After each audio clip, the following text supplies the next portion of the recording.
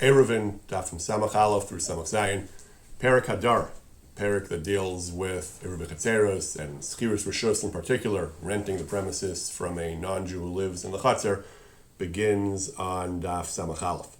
Mishnah says, Hadarim ha'akum b'chatzer, if someone lives along with a non-Jew in a Chatzer, or not just a non-Jew, but someone who is Eina Mod Be'eruv, someone who doesn't accept the rabbinic mechanism of Eruvin Chatzeros, Hareza Oser Olav, that non-Jew or that person who's Eina Mod Be'eruv causes a problem for the Jew. Rabbi Eliezer ben Yaakov Omer, 1 and 1, if there's one Jew with a non-Jew, that's not a problem. Eina Oser Ad Sheyush Shnei Yisraelim Bostrin Zalzeh. Once there are two Jews and a non-Jew, then there's a problem. But one Jew and a non-Jew is not a problem. The Gemara explains what is that all about? Why does a non-Jew cause problems in the first place, and why, if there's only one Jew, is it not a problem?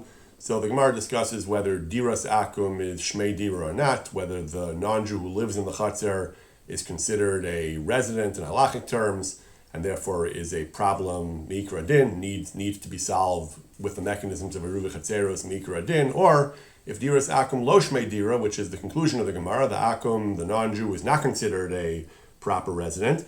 Really, he shouldn't cause any problems for the laws of Eruv, but he does for a separate reason.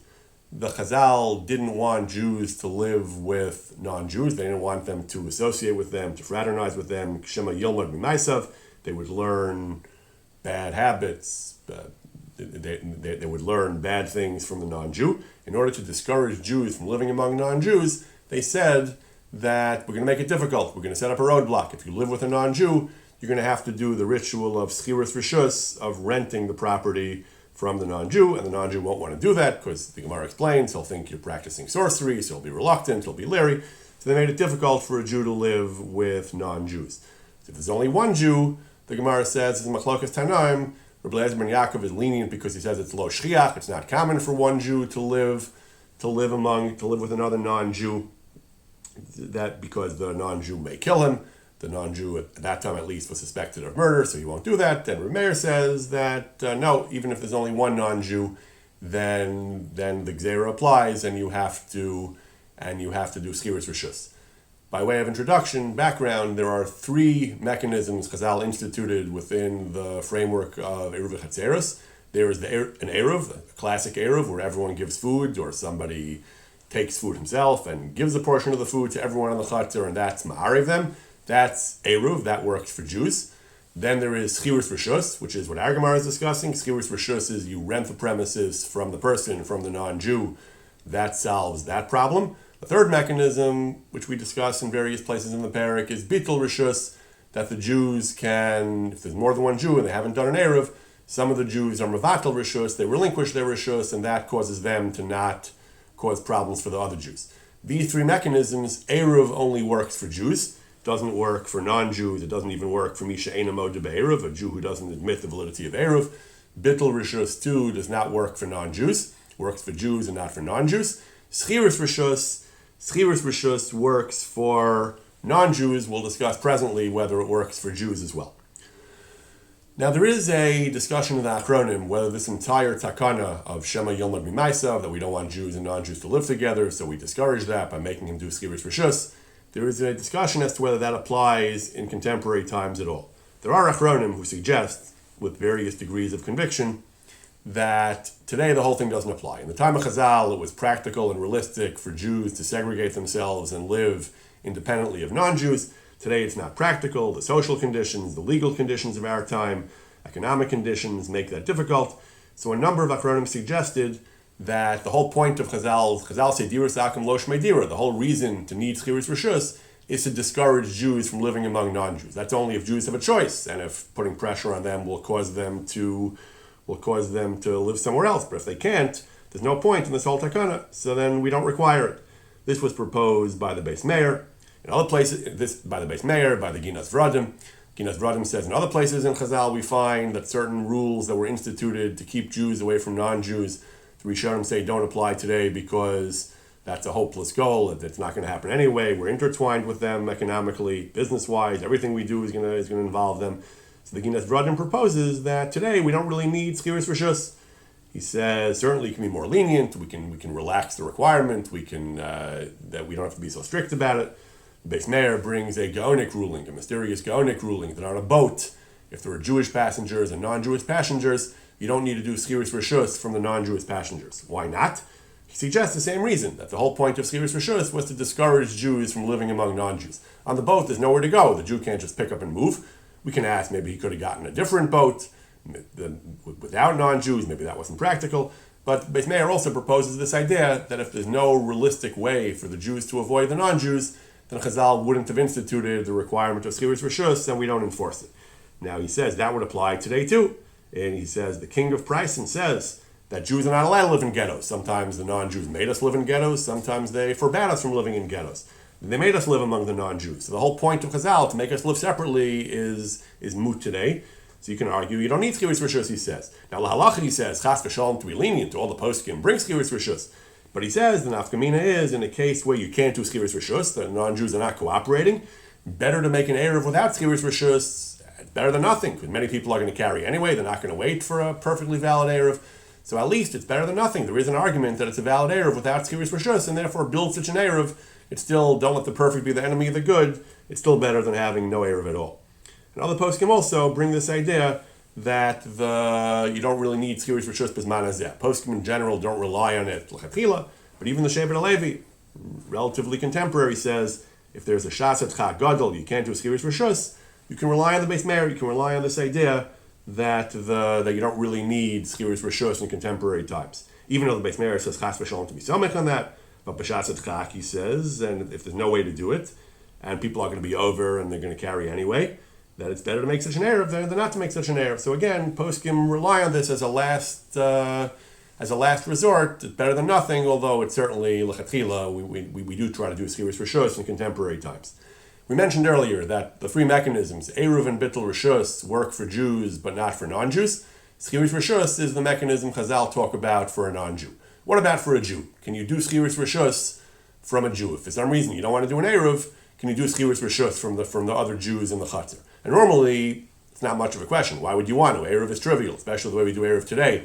One person just picks up a box of matzahs and is mezakeh, grants everyone in the community a share of the matzah. It's easy, it's trivial, it's simple. Why not do that? Why would you want to do Schiris Rishus? We'll discuss why in a moment. But the basic question is in Machlokes Rishonim, whether you can do Schiris Rishus to take care of Yisraelim in the Chatzar as well. The Rosh says you can, takes for granted you can. Rambam says you cannot. Maram of Rottenberg seems to say that you cannot. Some say it's not what he means. Some Acharonim say it's not what he means. But either way, it's Machlokes Rishonim. Rosh says yes. Rambam says no. Now, when Rambam says no, the Rambam explains that the relevance of this, it's extremely practical. It's of extremely significant import, because there is a class of people, he says, who are not really Jews or non-Jews, totally. A class of people, someone who's actually a non-Jew is a non-Jew. Someone who is a complete apikaris, a machal Shabbos before Hesia, completely rejects the Torah, worships idols, is treated as a non-Jew, even though he's biologically a Jew. In this context, he's treated as a non-Jew, and he do Schiris Rishus. What about people who aren't really observant and don't really fully keep Shabbos, but they don't worship idols, and they're not complete people who completely are machal Shabbos before Hesia? Rambam says, like certain sectarians, like certain irreligious Jews of his time, of earlier times, Tzedukin, Baitusim, other types of heretics and sectarians, he says. So Rambam says, with such a person, you can't do Eruv or Bittul Rishus, because he says he can't do it. Sorry, you could do Bittul Rishus. He can't do Eruv, he says, because he's not Modeh Be'eruv. Based on the Mishnah, the Rambam says you can't do Eruv for anyone who's not Modeh Be'eruv. You also can't do Schiris Rishus, because even though he's not religious, he's not fully religious, since he's not a complete idol worshiper or Machal Shabbos before Hesia, you can't do Schiris Rishus either, because the Rambam says you can't do Schiris Rishus for a Jew. So the only solution, he says, is Bittul Rishus. Since he is a Yisrael, he can do Bittul Rishus. Bittul Rishus works even for someone who is not observant. So the only solution is Bittul Rishus. Bittul Rishus is not a practical solution in a modern municipal Eruv. You'd have to go to every single non-Jew and get him to every single Jew who's not observant and get them to Mevatel Rishus, assuming you have a large number of them, of irreligious Jews, as we typically would in the diaspora, even in Eretz Yisrael in many places. That's not practical. It doesn't scale. Schiris Rishus is easy, as we're going to discuss soon. The minhag used to be they would go to the municipal leaders, the mayor, police department, fire department, and do one fell swoop, do a Schiris Rishus for the whole community. And Eruv is also easy, just Mizaka the Matzah to everyone in the city. But Bittul doesn't scale. Bittul has to be done separately by every member of every non-Jewish member of it, by every Jewish member who's not observant. It really doesn't scale. So if you go like the Rambam and you assume that we have these people who are in between, neither fish nor fowl, these irreligious Jews who are not complete equivalent of non-Jews, we have a big problem. No modern Eruv will work. So the question is, do we have such people? Chazon Ish says it's not a problem. Chazon Ish says we don't have these type of tzedukim who are religious somewhat and are still considered Jews but don't keep Shabbos and are not moded be'eruv. That was a feature of bygone eras, he says, but today there's no such thing, he says. Those who are believers, those who are observant and within the fold of Klal Yisrael, Eruv works. Those who reject the Torah and are Mechal Shabbos are considered as non-Jews, at least in this context. So either Schiris works or Eruv works, you do both of them, you cover everyone, it's not a problem. And that's the dominant view. That's why most poskim do make Eruvin in cities and do rely on Schiris Rishus plus Eruv to cover everyone, Jew, non-Jew, irreligious Jew. But there are a number of Achronim in the 19th century and on who weren't convinced, who felt that Schiris Rishus will not work for non-observant Jews. This point was made by a number of Achronim, including the Netziv. The Netziv says that for non-religious Jews, there's really no solution. Not Eruv and not Schiris Rishus, Bittul Rishus, but that's not practical. So the Netziv actually said that a Baal Nefesh will avoid carrying in a modern Eruv that relies on Schiris Rishus. He says the solution is you can leave the property you want to carry, you can leave it in the Chatzar. The Halachos is Eruv is only needed for carrying from the house to the Chatzar or vice versa. Carrying within the Chatzar, you don't need you need the mechitzas, but you don't need Eruvin Chatzeros. So if you know you have to carry something, like a key to get in and out of your house, leave it in the Chatzar, and that's okay. If you're a Baal Nefesh, you'll do that. Some Achronim learned that the Schirus that we do today, Schiris Rishus, not from the individuals, but from the mayor, from the municipal leaders, from the police, that kind of Schirus somehow works even for irreligious Jews. Even if we assume that for irreligious Jews, ordinary Schirus of the Talmudic type doesn't work, this kind of Schiris Rishus from the Sar Ha'er, from the leaders of the city, is better somehow. It's not entirely clear why, but they make different arguments why it's better, and that works even for non-religious Jews. But the Netziv says, on the contrary, this kind of Schiris Rishus is dubious to begin with, as we're going to discuss soon. That this is a problematic Schiris Rishus to begin with. That to rely on Schiris from the mayor instead of the Schiris of Chazal from individual non-Jews is problematic to begin with. So the Netziv and other poskim also say that our Schiris Rishus is somewhat dubious. The Churashai, Rav Shlomo Yehuda Tabak, in a tshuva we've mentioned once or twice before, discussing various reasons why a Baal Nefesh might not want to use modern municipal Eruvin. This is one of his reasons. He says, we do Schiris Rishus, we rely on Schiris Rishus for municipal leaders, but there are non-religious Jews, he says, and they're Jews, so Schiris Rishus doesn't work, and Eruv doesn't work either. So every Eruv today has this fatal flaw, he says, at least according to, you can justify it according to other poskim, elsewhere I think he does justify it. According to other poskim, he says, but according to some poskim, it's not going to work. So that's a reason not to use the modern Eruvin. So again, according to the Chazon Ish, it's okay because we don't have these Jews who are in between. According to others, they say that we rely on the opinions that Schiris Rishus does work, even for bona fide Jews. But there are some poskim who say it doesn't, and that's why there's a basis not to use modern Eruvin.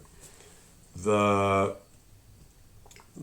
Gemara on Samach Beis and Samach Gimel gets into an extended discussion of the problem of being Mora Halacha B'fnei Rabba, of paskening a halacha in the presence of one's teacher. The connection to Eruvin is that we bring the Machlokas in that first Mishnah, Rabbi Eliezer ben Yaakov and the Tanakama, who's your mayor, whether if there's one Jew with one non-Jew, whether that's a problem or not. Rabbi Eliezer ben Yaakov is lenient. The Gemara discusses the idea that the halacha is like Rabbi Eliezer ben Yaakov. Then the Gemara says something that's so well established and so clear.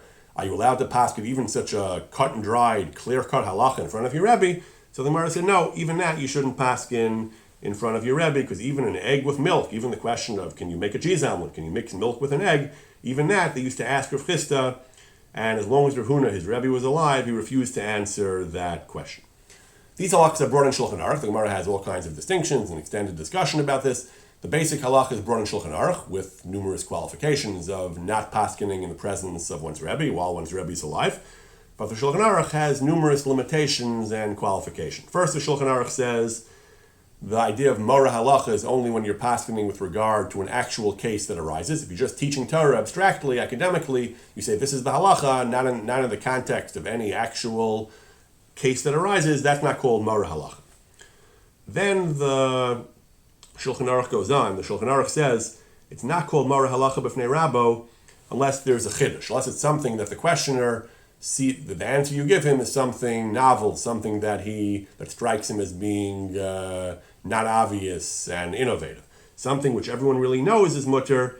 Then there's no isser of Mara Halacha B'fnei Rabbo. The examples the Shulchan Aruch gives are nosim tam l'fgam. If something falls into something else and it gives an inferior taste, it doesn't improve it, that's nosim tam l'fgam, and it doesn't aser. A piece of bug or rat or something that falls into certain foods, it does not improve the taste, it ruins the taste, that's nosim tam l'fgam. Or the idea of bittul b'shishim, isser is batul and shishim, those are things everyone knows. That's not a halach, that's not a hara that you wouldn't be allowed to paskin in the presence of your Rebbe. But doesn't the Gemara say that even an egg and milk, which is a basic trivial halacha, cheese omelet, even that you can't paskin in front of your Rebbe?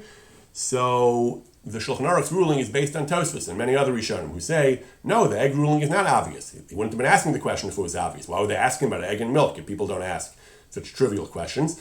Tosfos explains they're talking about an egg that was found in a chicken after slaughter, so that egg is not so simple. Tosfos even discusses whether it's really mutter, why it's mutter. That was actually a more complicated question. In Judaism, nothing is simple in Torah. Even the Gemara's classic example of something trivial like an egg and milk, even that, according to many Rishonim, isn't what it seems, and it's not actually something so trivial. So that's still considered hara, but something which is completely obvious, it's just unexceptionable, and everyone knows it, that would not be Mara Halacha B'fnei Rabbo. But the Shach says, not everyone agrees. The Shach says the Ran understands that the egg and milk is something obvious. Why did they ask him? Just to test him, to see if he had sufficient respect for his Rebbe. And even trivial things, the Ran holds, the Shach brings, even that, the halacha, the prohibition of Mara Halacha B'fnei Rabbo still holds. The Gemara goes on. The Gemara says, what about a question about Megillas Tanis? Megillas Tanis was an ancient list of days, minor holidays you weren't allowed to fast on or behave with Avelos. So, can you ask a question about Megillas Tanis? It's Ksivo Mancha, just sitting there. It's all written down. Rashi explains, Megillas Tanis is not very familiar to us, but in the time of Chazal, that was the only written Torah Shebal Peh. Besides Torah Shebachsav, Mishnah and Gemara wasn't written yet. The only written material in Halacha was Megillas Tainus. Can you answer a shaila about something in Megillas Tainus in front of your Rebbe? So he said, no, again, the same story, that Rav Chisda wouldn't answer questions even about eggs and milk when Rav Huna was alive. Shulchan Aruch says that anything written in Svarim, you're allowed to paskin. If someone asks you, what's the halacha, and you say, Shulchan Aruch says X, the Rashba says Y, the Mishnah Berurah says Z, you're allowed to say that. You're not allowed to add your own analysis, you're not allowed to make analogies and compare things and create new halacha. Anything which is written in books of halacha, that's not considered hara. What about, the Achronim ask, what about the Gemara? The Gemara in Megillas Tainus is a problem of hara, even though it's written down. So the Shach brings three terutzim. He brings from the Hagos Drisha two terutzim to this question. Either that the prohibition about being Mora Megillas Tainus, passing Megillas Tainus, is only in the actual presence of your Rebbe. The Gemara later on distinguishes between the severity of the prohibition, whether you're actually in the presence of your Rebbe or farther away. But the prohibition that extends even to a written ruling, to something that's written in a sefer, that's only in the presence of your Rebbe. And the Shulchan Aruch is talking about not in the presence of your Rebbe. Second approach, he says, is that based on what we said before, Megillas Tainus, the prohibition about passing Megillas Tainus is only something that the questioner sees as novel. Even though it's in Megillas Tainus, he doesn't realize it, he's not familiar with it, so that's something novel. But something that's unexceptionable, that everyone knows, that everyone accepts what it says in the written sefer, then if it's written in a sefer, you're allowed to paskin. The Shach doesn't like either of these terutzim. He says, no, the heter of paskening something that's in Svarim is even if it is a chiddush to the questioner. That's mashma from the Maram, which is the source of this halacha. The other distinction about the presence and not the presence is not mashma, he says. So the Shach gives his own teretz that when the Gemara says Megillas Tainus, similar to what we said before, it's not something that's explicit in Megillas Tainus. You want to make an analogy to Megillas Tainus. You want to say Megillas Tainus says X, so I think that Y is also true. That kind of thing, the Gemara says you can't pass. Even though it's based on Megillas Tainus, but it's based on your extension of Megillas Tainus, that you can't pass. When the Shulchan Aruch says that things written in Svarim you're allowed to paskin, that means when you're simply providing the questioner with information about exactly what it says in the Svarim without adding any analysis of your own. Now the Shulchan Aruch and all these poskim seem to be assuming that the basic halacha with these qualifications and limitations still applies bisman hazeh. There is, however, a school of thought that argues that the entire halacha is moot, is obsolete, based on the changes in the way Torah is studied. It used to be Torah wasn't written down, Torah was studied tradition, Torah Shabbal Peh from a Rebbe. There, the Rebbe was of paramount importance. You can't pass in halacha b'fnei Rabbo. Today, however, in the Orchos Chaim, the Sefer Orchos Chaim of the Rishonim, he says today that everything is written Svarim, Gemaras, Perushim, Chidushim, Chiburim. They are our teachers. He says that they are the teachers, and therefore Mora Halach Mafnei Rabbo in front of a human Rebbe doesn't apply because we're passing from Svarim anyway. The Lechem Mishnah in the 16th century brings the same Svara. He says he heard that someone wrote in the name of another Chacham, the Bizman Hazeh. They all use this idiom that today, Hasvarim heim hamalamdim, Svarim are our teachers. We don't rely on human teachers as much. We have Svarim teaching us. So Mara Halacha does not apply. And it has been suggested, Rabbi Nachum Greenwald has an essay where he suggests that Lechem Rav is apparently quoting his own teacher, the Marashtam, Shmuel Di Medina, in a tshuva, who brings this Orchos Chaim and says that Orchos Chaim says that the Bizman Hazeh, where our real teachers are the books. Bizman Hazeh, the Halacha Mara Halacha Mefnei Rabbo doesn't apply. Marashtam is not really coming to say that. He's making an analogy to the question of paskening before you're 40 years old. Today it's more lenient because we're paskening from Svarim, but he does quote the Orchos Chaim. Lechem Rav may not have seen this tshuva inside, but these Svarim, the Orchos Chaim, the Marashtam, the Lechem Mishnah, all say Lechem Mishnah, the Lechem Rav, by the same person, Rabbi Avraham Dibaton. The Orchos Chaim, the Marashtam, and the Lechem Mishnah all say the same thing. That there's an idea that Mara Halachim Fnei Rabbo may not apply Bizman Hazeh. The Marik mentions this idea, but is not convinced about it. Halacha l'maaseh, the Shulchan Aruch, and the later poskim all seem to assume Mara Halachim Fnei Rabbo does apply, but there is a school of thought that it does not apply. There's also a svara that invokes the same idea that our teachers are books, invokes it l'chumra, not l'kula. The Shvus Yaakov reprimands a certain posik, a certain Mara Haro, paskin a question about treif on an animal, that based on the anatomy of an animal, he paskin based on his own memory, his own knowledge of the halacha, without reviewing the matter in Svarim. Shvus Yaakov says, no, you can't paskin b'fnei Rabbo, he says. Mara Halcha b'fnei Rabbo. Today he says the Svarim, Rabbeinu hein Svarim. Today the Svarim are our teachers, and no one should paskin when there are Svarim around. You should always first look up the Svarim. He says he's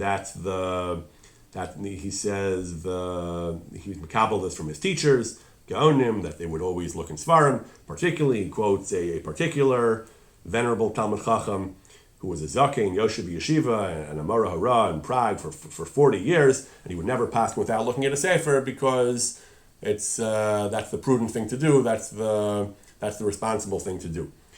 The Aruch HaShulchan disagrees. Aruch HaShulchan says some Achronim say this, but he thinks it's absolutely not correct. Senior Rabbanim don't do this. They routinely paskin without looking up the question in Svarim. He says that the ikar reason for not passing b'fnei Rabbo is because of bizayon of the Rebbe. That doesn't apply to Svarim.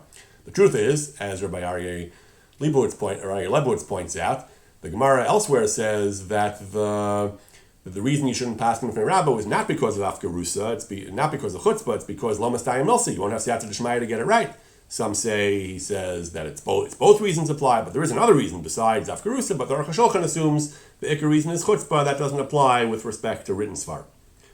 On Daf Samach Gimel, the Gemara brings an Agadic statement, or maybe not Agadic. It says, anyone who sleeps in the same canopy in the vicinity of a married couple, a man and a woman, then that's a terrible thing. Brings a pasuk in Micha, Nishei Ami Tigarashun Mibeis Tanugeha.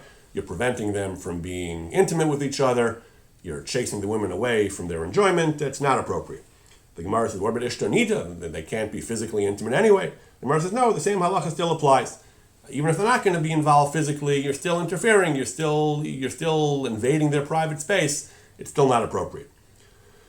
The Darkei Moshe and the Taz bring this in Hilchos Sukkah. Already in their time, already in the Ramah's time, 500 years ago, it was common that people didn't sleep in the sukkah, despite the fact that the Gemara, the post can make it clear that that's one of the primary obligations of sukkah, is to sleep in the sukkah. Why don't people sleep in the sukkah? So the Achronim, the Rishonim and Achronim struggle to find reasons for not sleeping in the sukkah. The Ramah says he thinks the reason is because it's Teishvu Kein Taduru. The person is supposed to live in the sukkah the way he lives in his house, which means man and wife together.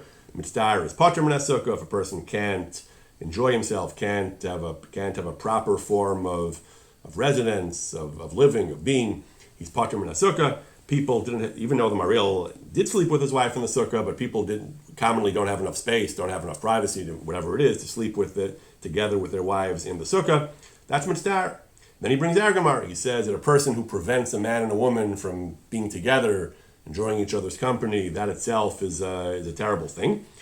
So he says, so here too, that applies as well here. And Taz makes the same point that that's a reason not to sleep in the sukkah. If a person is going to be frustrated by this and won't be able to sleep the way he normally does. Darkei Moshe adds that this is the basis of the minhag. It's not ideal, he says. Someone who is chared el dvar Hashem, someone who's God-fearing, will arrange his sukkah that he'll be able to sleep without tsar, either with his wife, if they have a sukkah, he can sleep with his wife, or it won't bother him. But it's not really a reason to patch yourself from the sukkah, but it's a reason. That's the reason some people relied on. Dafim Samach Gimel and Samach Daled. The Gemara has a story about Lachman bar Ristak. Lachman bar Ristak was a non-Jew. He was in a chutzner with Jews. He was causing a problem for the Eruv. They had to do Skiris Rishus. He refused to cooperate. As Chazal said, a non-Jew sometimes might not want to cooperate. So the Gemara found a way. The Gemara goes through various possibilities. How can we solve this problem?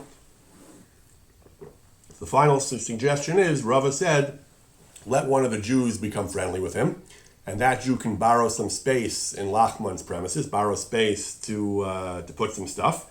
At that point, the Jew becomes Schiro Lakito. He becomes the agent, the employee, or the agent of the partner of Lachman bar Ristak. And then Schiro Lakito you can do an end runner. Then he's no longer necessary. We can deal with the Schiro and Lakito, and we no longer need Lachman bar Ristak's cooperation. This is brought in Shulchan Aruch. The basic halacha is you can do the Skiris Rishus from, even if you don't have the cooperation of the owner of the house, you can do it in Mischiro Lakito, from his agent, from his operative, even against his will. And the Shulchan Aruch brings this story also. That if someone doesn't want to cooperate, you can inveigle yourself in to be his Schiro Lakito, and then that person can serve instead of the owner himself. Does that person have to do a Skiris Rishus to you, or can that person just join the Eruv? So Shulchan Aruch brings two opinions, whether he needs to do Skiris Rishus or not. Some say that he can just lend you the Rishus. Some say that even that you don't need Skiris, you can just borrow the Rishus from the non-Jews. You can borrow from his Schiro Lakito as well. Others say no. Chazal required Dafka Skiris, you have to rent it, so you have to rent it from the Schiro Lakito, so he has to join the Eruv and do a rental. I'll call upon him, the Gemara establishes this rule that Schiro and Lakito is sufficient, that the agent of someone who owns the property is enough to do Skiris Rishus. And this ties into the basic point of how we do Skiris Rishus Bizman Hazeh. As we mentioned earlier, individual Skiris Rishus, if the Talmud contemplates, doesn't really scale. So in a municipal Eruv, you want to do one Skiris Rishus, which is typically done from the municipal leaders or municipal officials of some sort. Shulchan Aruch and early poskim already discussed this. So Shulchan Aruch says generally you shouldn't be able to rent from the mayor. He's not the owner of all the houses in the city. What right do you have to rent from the mayor? Shulchan Aruch says you're right. You can't rent from the mayor, from the Sar Ha'ir, from the nobleman in charge of the city, unless he has the right to quarter soldiers and military supplies in people's houses. If he does, even if that right is limited to wartime apparently, once he has that right, he's considered an owner, a part owner of all the houses in the city, and you don't have to go to the individual homeowners, you can go to the Sara there. Some poskim disagree. The Chacham Tzvi strongly disagrees. The Chacham Tzvi says that this is a very poor heter. He talks about the burgomaster of the city. He says it's a very unpersuasive heter. The Shulchan Aruch has no proof. During war, while the government actually has this power, in practice, that would make sense, he says. But when it's not during war, the fact that maybe there'll be a war and then he can quarter soldiers, that's a very weak reason to rely on schirus from the Sar Ha'ir. Once again, the Shurashai in his tshuva on reasons not to use a modern municipal eruv, 19th century municipal eruv, he says because they rely on schirus from the captain, some kind of military official, some military captain apparently, and the Chacham Tzvi says it's not a very good solution. So again, our Skiris Rishus is dubious. Once again, the minhag has been for centuries to rely on some kind of Skiris Rishus from different types of government officials. Some people use the political leadership, the mayor, the city council. I heard from Ari Lebowitz, or Mordechai Willig uses the fire department because they have permission to go into houses to put out fires. He also mentions that Rav Shechter thinks this is dubious, the idea that eminent domain, Rav Shechter says, the fact that under certain conditions they can take private property for certain reasons, that's hardly sufficient to say they're now the owners of the whole country, of the whole city. So some poskim are as the Chacham Tzvi already was, some poskim are very skeptical about Schibris Rishus, particularly in contemporary times in democratic governments where the government's powers are more restricted. Quartering soldiers, we fought a revolution about quartering soldiers. The king can't just quarter soldiers in private houses. Democracies have limited power over private property of citizens. So Rav Elyashiv, in the book The Laws of an Eruv, quotes Rav Elyashiv as saying that he strongly felt it's not a good reason it's not enough to do Schibris Rishus from the government. Rav Elyashiv still said, as we mentioned earlier from the Beis Meir, he still said in a similar vein to the Beis Meir, it's better to build an Eruv because some people are going to carry anyway. It's better to build the Eruv and rely on this dubious Schibris Rishus. But a Baal Nefesh, if someone wants to do the right thing, Rav Elyashiv would say the Schibris Rishus we do today is not really acceptable. Other poskim are more lenient. The minig is to rely on Schibris Rishus, but once again, as the Shurashai already noted, the dubious nature of our Schibris Rishus, even in the 19th century, certainly today, makes the whole idea of the modern Eruv once again rest on somewhat dubious foundations. Daf Samach Daled, the Gemara talks about wine, drinking, and its effects on a person's ability to think clearly. The halacha, he shouldn't daven when he's drunk. So one of the things the Gemara says, in addition to davening, is shasa reviyas yayin al yoreh. Once someone drinks a reviyas of wine, he should not paskin questions in halacha. There is a widespread tradition about Rav Shmuel Salant, the great leader of Yerushalayim a century ago. He was worried on the night of the Seder, he'd be drinking his arba kosos, he wouldn't be able to paskin. No Rav could paskin. Everyone's drinking wine at the Seder. So Shmuel Salant would have a very quick Seder. According to one version, he would say the whole Haggadah in an hour and a quarter. According to an even more extreme version, his entire Seder would take 20 minutes. That's quite something. But he would do this. Someone suggests maybe he had started the Seder later. But there's some kind of tradition about Rav Shmuel Salant. He was very concerned about the fact that nobody in Yerushalayim would be able to paskin, so he had, according to most versions of the tradition, a very quick Seder, and then went to sleep, and then was able to paskin with a clear head after the wine wore off, and then he'd be able to answer questions if people had these questions. Rabbi Lebowitz mentions that some Rabbanim, on a regular Shabbos, some Rabbanim won't make early Shabbos because a lot of questions come right around Shkia time. They want to be able to paskin halacha l'maisa shaylos right around that time. The question they discuss is whether Shmuel Salant could have simply used grape juice. The great debate about whether grape juice is acceptable for kiddush or arba kosos. Post can debate that, but you're not allowed to paskin when you drink. One of the contemporary poskim is quoted as saying that today's wine is not really that strong. So he says that we really wouldn't have to worry about today's wine as much. That he says, but the reason that he brings from a Rebbe Schlesinger, that he said that today the wine is weak, you don't really have to worry. Shmuel Salant was drinking 4 kosas, so he was more worried about the wine. But today's weak wine, only 1 kos for kiddush, you don't have to worry so much. But that's the halacha shasa yayin al yoreh. The Gemara actually brings machlokas about it, but we paskin shasa yayin al yoreh. The Gemara goes on and brings machlokas about shasa yayin. It says, it's not clear it's machlokas. It says, Rav Nachman said, lo ma'al yahashmaitza. I don't think that's an appropriate halacha. I don't think clearly until I have something to drink. So on the contrary, I think better once I drink. So Rava says you shouldn't talk like that. That the halacha is, you're not allowed to say, shmua zu na, shmua zu eino na. You're not allowed to say, this halacha is nice, this halacha is not so nice. You shouldn't say, this halacha is not so nice. He said, hadri bi, I retract. I shouldn't have said that. Rav Adi Yosef has a tshuva discussing what does this mean? You're not allowed to say shmua zu na, shmua zu eino na. So first of all, he brings the machlokas rishonim and achronim seemingly, whether you're not allowed to say them both together. You can't contrast halacha and say this one is good, this one is less good, or you can't say either one by itself. You can't say shmua zu na by itself either.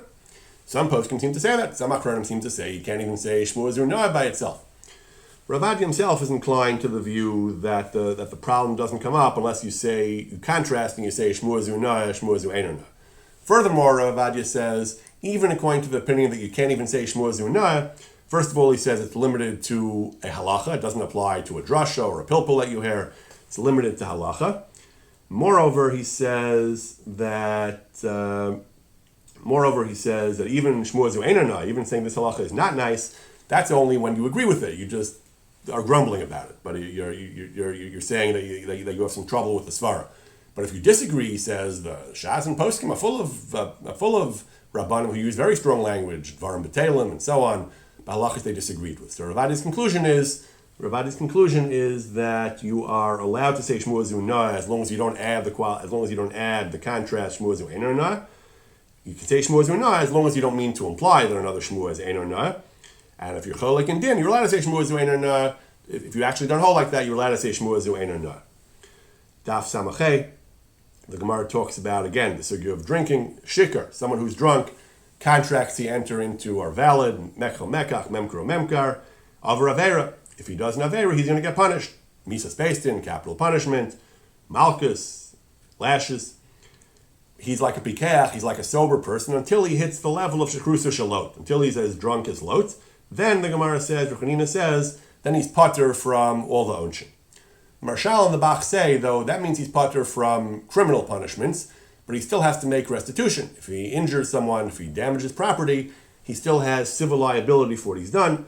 Marshal makes two arguments for that. First of all, he says, Adam Muad La'olam, a person who directly injures somebody else has strict liability, even if he's an onus, he's liable. Second, the Marshal makes a pragmatic argument, Lo Shavkes Chai. Society couldn't function otherwise. Anyone who has a grudge against someone else, who hates somebody else, will just get himself drunk, and then he'll do what comes naturally, and he'll say, I'm patur, I was a shikar. That doesn't make any sense, so you're chayav. Even on Purim, he says, you're supposed to get drunk, but not crazy drunk, he says, and not just a little bit more drunk, and so on. Not to get drunk out of your mind, he says. Similarly, the Bach talks about a tragic case. Young men were celebrating a wedding or a nuptial feast of some sort, and they threw a glass, as is customary in Eastern countries. When they toast, they throw glasses. The glass shattered and destroyed somebody's eye. So is he patur? He was drunk when he did it. So the Bach says, no, he's chayav. What about the idea of shikar is patur? Our Gemara says from all punishments. So the Bach says, he says that for nizakin you're chayav because you shouldn't have gone to sleep. Even though you're patur from onshim, but civil liability you still have because who asked you to get drunk? Who asked you to get drunk when you know that's a possible outcome? So that is not a defense. The Gemara brings a few statements about sleep, about night, whether night is time for sleep or Torah. One, Rav Yehuda says, "L'ivri leili el l'shinsa," night is for sleeping. Shimon ben Lakish says, "L'ivri sierra el l'girsa," the moon, night is for learning. Some say it depends how long the night is, whether the night is, Ber Lebowitz mentioned, some say it's the long nights and short nights, but the Rambam sort of codifies this Gemara. The Rambam says there's a mitzvah to learn, b'yomu v'layla, it's always a mitzvah to learn. A person learns rov chachma, so most of his chachma is acquired at night, apparently because there are fewer distractions and it's you can focus and concentrate on your studies. Someone who wants to be zocha to the Keser Torah, the crown of Torah, should be careful about all his nights, shouldn't waste any of them with just sleeping and eating and drinking and idle chatter. The Ram presumably doesn't mean you should learn the whole night, but he means you shouldn't give up your entire night for earthly and temporal things. You should devote at least part of your night to the study of Torah. On Daf Samach Vav, the Gemara has a story, begins on the end of Samachay, that there were Jews, some of the Amoraim were in an inn, and the innkeeper was away. He was a non-Jew, he was away, so they didn't do any kind of skiris or shus. He came back on Shabbos. So now they have to do skiris or shus. The question was, can you do a skiris or shus on Shabbos? Eruv, it's too late to do an Eruv on Shabbos, but can you do skiris or shus on Shabbos? Gemara brings Machlokes, Rabbi Yochanan says yes. Yafa sisim shesachartim, Shmuel says no. Rishonim debate how we paskin, but we paskin that you may do schiris rishus on Shabbos. The question is why? It sounds like business. Mekach u'memkar, you're not allowed to do business on Shabbos. Tosfos says it's like a matana. It's only done to be matir the carrying, so it's like a matana. What does that mean? Matana is also also we paskin on Shabbos. That's why for bar mitzvah boys they go through the whole roundabout thing of either giving it to him before Shabbos or saying we're not giving it to you until after Shabbos. You're not allowed to do a matana on Shabbos. So the Achronim have various explanations. Some say, the Netziv explains that the Isser of Matana is only on the giver. The recipient is passive. The giver is the one who does the Avera of a Matana. Here, the non-Jew is doing the Matana. It's actually Schirus, but it's like a Matana because it's only for the purpose of Tiltul, and the non-Jew is doing it. The non-Jew doesn't have to keep Shabbos, so that's okay. Others say, however, that the Isser of Matana is on the recipient. So then, how is this mutter? So they bring the Chazon Ish. The Chazon Ish says Skiris Rishus is not a real transaction, it's just a ritual, it's just to make things difficult, as a roadblock. so the Jew shouldn't want to live among the non-Jews. It's not a real schirus, so it's just a ritual procedure that resembles schirus, so it's not asur on Shabbos. Daf Samach Zayin, the Gemara brings a story. There was a baby, they were going to do the bris milah, he needed hot water, and the hot water was spilled out. They couldn't do the bris without hot water. So the Gemara says, let's carry some water in. So we can't, the Gemara says. We don't have an Eruv, we don't have a Shituf. So Midrabanan, we're not allowed to carry. It wasn't to Rosh Hashanah apparently, but Midrabanan, you're not allowed to carry. So the Gemara's maskana is, you can ask a non-Jew to carry the water in. That ask a non-Jew to bring hot water from somewhere else. Someone has an urn, someone has hot water, have a non-Jew carry the water in.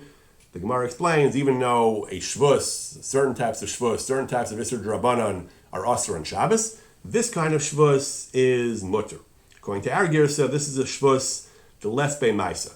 This is a shvus that doesn't involve an actual malacha. You didn't tell the non-Jew to heat up the water, which would be a shvus to isbei maisa. You told him bring the water, which is bring the water itself is only drabanan, the way at least some Rishonim learn. So it's what we call shvus to shvus. For mitzvah, they were matir asking a non-Jew, which is one drabanan, to carry water in a place where there's no eruv, which is the second drabanan. For a mitzvah, for the mitzvah of milah, so that's mutter. This is the dominant approach to the Gemara, that the heter is shvus to shvus.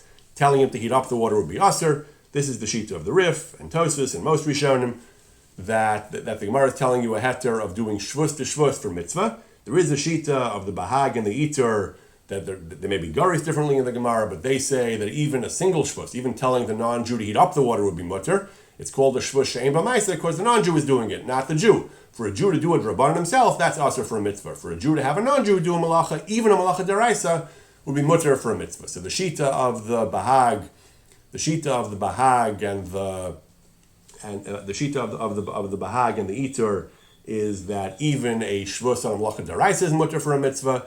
The shita of most Rishonim is that shvus to shvus is mutter for a mitzvah. Within that latter shita, that shvus to shvus is mutter for a mitzvah, only shvus to shvus, the question is which mitzvah? Is it any mitzvah, or is it only the mitzvah of milah, which is a especially important mitzvah?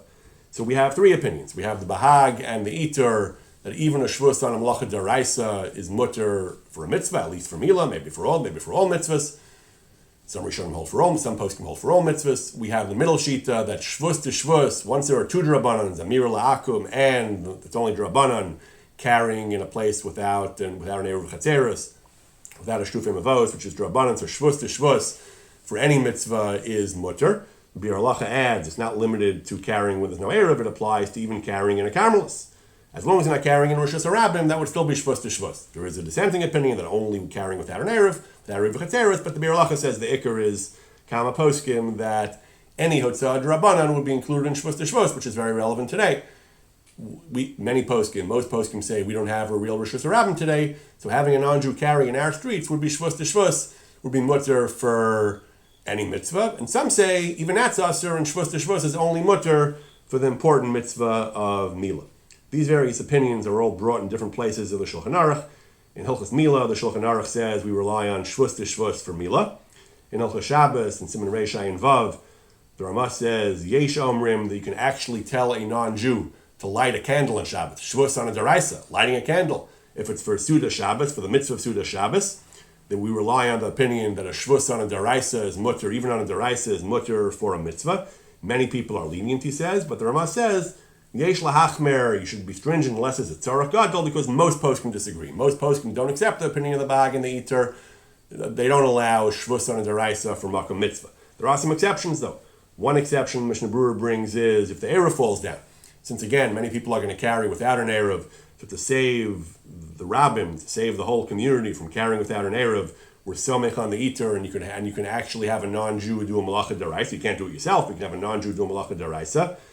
Similarly, the Mishnah Berurah brings the opinion of the Magen Avram. The opinion of the Magen Avram is he says that that we're somech on amir la'akum, even on a deraisa for milah. The Mishnah Berurah says that